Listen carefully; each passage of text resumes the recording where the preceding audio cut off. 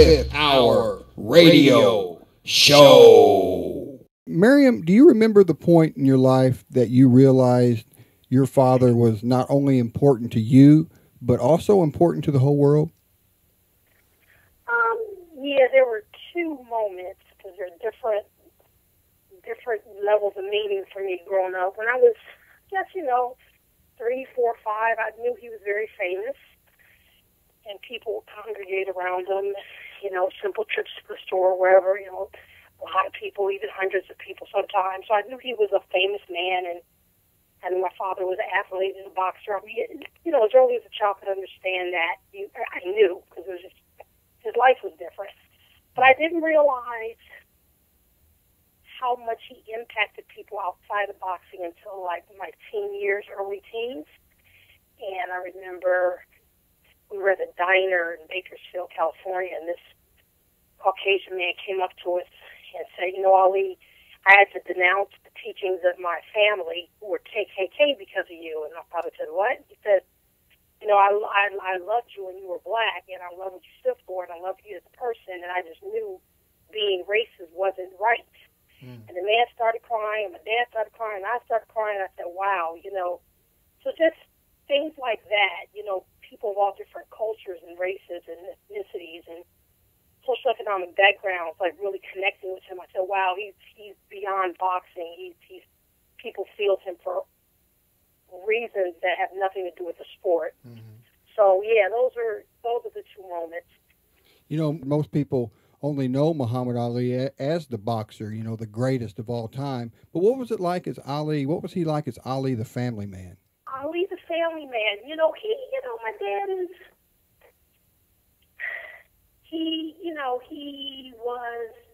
engaged us a lot, which I thought was interesting, being that he traveled so much and was so busy and sought after and a worldly figure. I think the film Maryum Ali kind of shows that side of him, which is kind of a new side, to see how important engaging his children was, even about things that you would think that, why would you ask your kid that? So when he said, ma'am, I'm thinking about boxing again. What do you think about that, taking the title? I mean, that's like a mature conversation you would think you wouldn't really consult with a 11-year-old on. So he was very loving of my dad to be, ironically, as a boxer and sports, being seen as violent. He was like a teddy bear at the house, and he loved to play. But at the same time, he was a disciplinarian, especially with me being the oldest. Very, strict about boyfriends. Muslim girls are not supposed to have boyfriends, and cover your, dress where you're covered, and so I got a lot of the strict side when it came to our faith, which I didn't mind because I grew up in the Islamic faith, so it was normal. But yeah, I mean, he would always say, "Do I like a brother or a father?" And I'm like, well, sometimes you're like a brother, but sometimes you're our dad. So I don't think he's any different from any loving father, So is this what the film I Am Ali is all about? Is this what makes it different or stand out from all other films about Muhammad Ali, the family side? Yeah, it's not all about that. The director, Claire Lewins, brilliantly kind of composes something that is comprehensive of all his sides, which is different about this movie. The father side makes the film different, but she does show the social activist and the boxer is a scientific fighter, and the religious man, and even the man with faults. So she does a really good job at kind of bringing his spirit out on the screen. You really feel his soul. So it's just the way she put it together. But definitely the movie is different because it includes that father side. You said when you guys were little that he would play with you guys. I had read somewhere that he would chase you guys around in Halloween masks. Oh yeah, I'm to this day I love horror thriller because of my dad.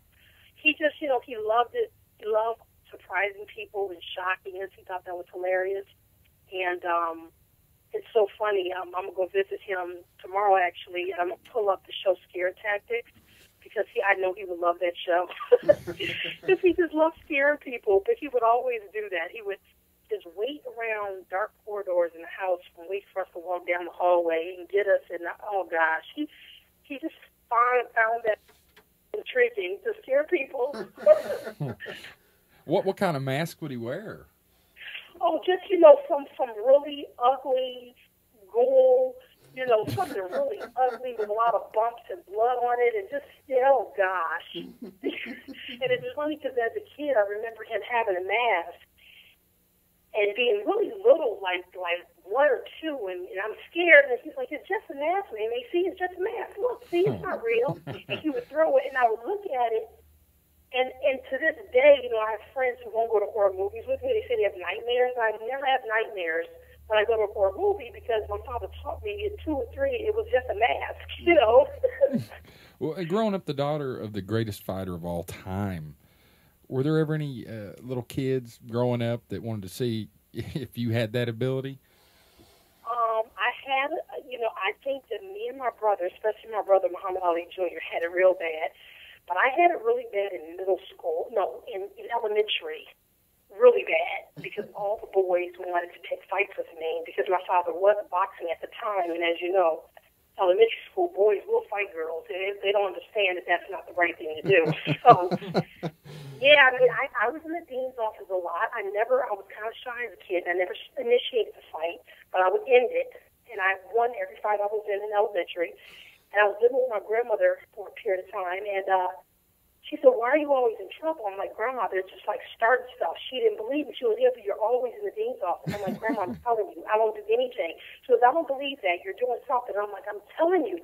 So she didn't believe me. So one time I'm on a snow mound, and this Asian kid knocks me off the mound right in front of my grandmother picking me up from school. She goes, What? He just knocked you down. What happened?" I told you that's what they do at school. He said, "I'm Joe Frazier. You're Muhammad Ali. What you going to do?" And knock me off the snow mound.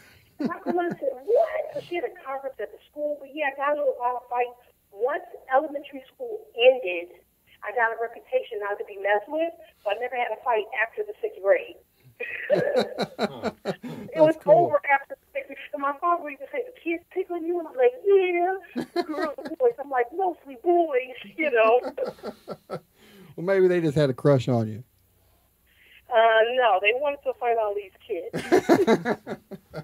They wanted to fight all these kids. And my brother had it worse than me. So going back to the film, when you first learned about the film project, what were your initial thoughts on the idea of it? Well, my sisters and I, first of all, the film did not become what it was until it was a creative process that just kind of evolved. The aspect of it as a dad wasn't, I don't think that was the beginning of it. It wasn't, we didn't see the end result and say, "Oh, that's great." My sister Hannah owned the audio tapes that are in the movie, which makes it different. And my sisters and I and my brother, we always do, we're always asked to, do interviews. I may have been in 10 documentaries for television, or DVD film about my dad over the years. So it wasn't, it's like, okay, here's another film about Dad. Okay. Mm-hmm. So this woman showed us a clip, and she had an interest more in the family side than anyone we had ever worked with. And we're like, oh, this will be different if you're really going to show that side, because no one knows about that. So we really fell in love with the director. She was very sweet. She didn't know anything about boxing. She just wanted to know, who is this man and why is he great? Outside of boxing, why is he great?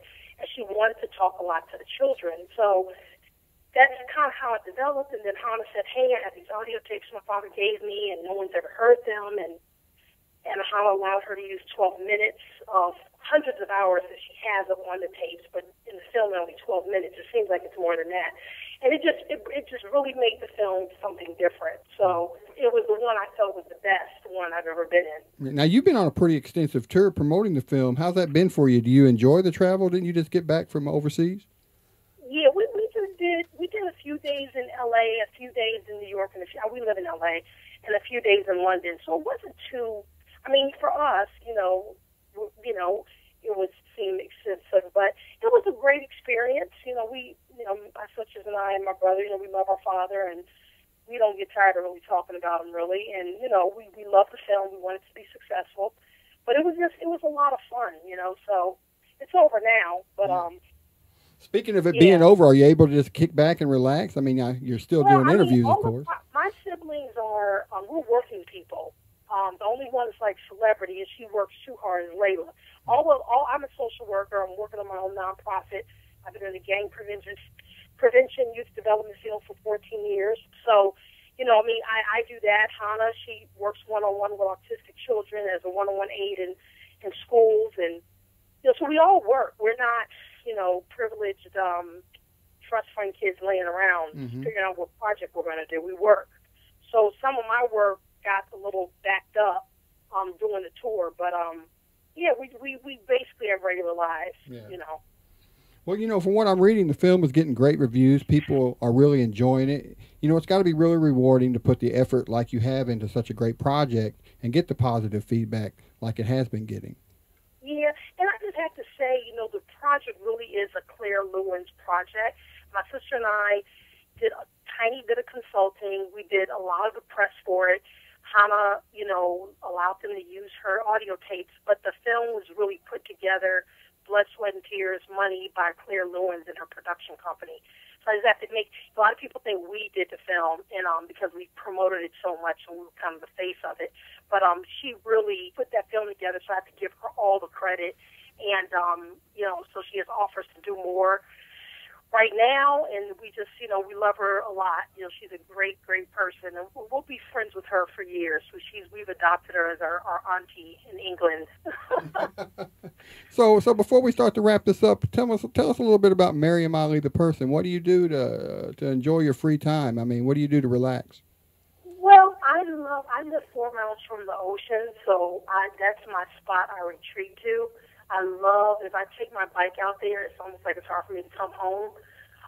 That's my favorite pastime, is going out to the beach and riding I usually ride too long, and I realize, oh my God, I have to ride back. So I'll leave at 10:30 in the morning and get back on a weekend and get back at 5 at night because I rode too far.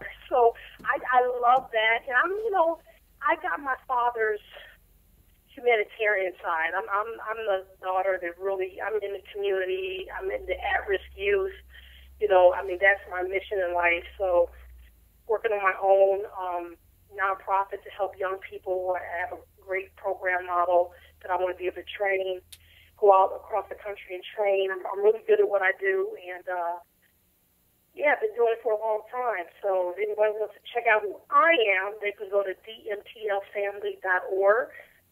That's Dolores, Marcel, Tyree, Larry, family.org, dmtlfamily.org. DMTL actually stands for Dolores, Marcel, Tyree, and Larry. My business partner, we formed a nonprofit, and those initials are the names of his mother and 2 brothers who were murdered in Gary, Indiana. So, it's dedicated to them. But, we're gang prevention, youth development specialists, and that's what I'm working to do, raise money for that organization so I could do my own program model for that. I got to ask you, growing up, and I've been watching Muhammad Ali ever since I was a little kid, man. He said some of the greatest rhymes of all time. Did he ever say anything to you guys growing up? Did he ever make up any little rhymes that you guys are the only ones that have heard? Well, his rhymes are for the world. He would this is the main one he would tell us. So, right at the end of a conversation, he would go, "Don't be a fool, stay in school and be cool." He would do this corny stay in school rhyme every time before he would hang up. But that's about it. Well, it's stuck with you. That's what matters. Ah, that's funny.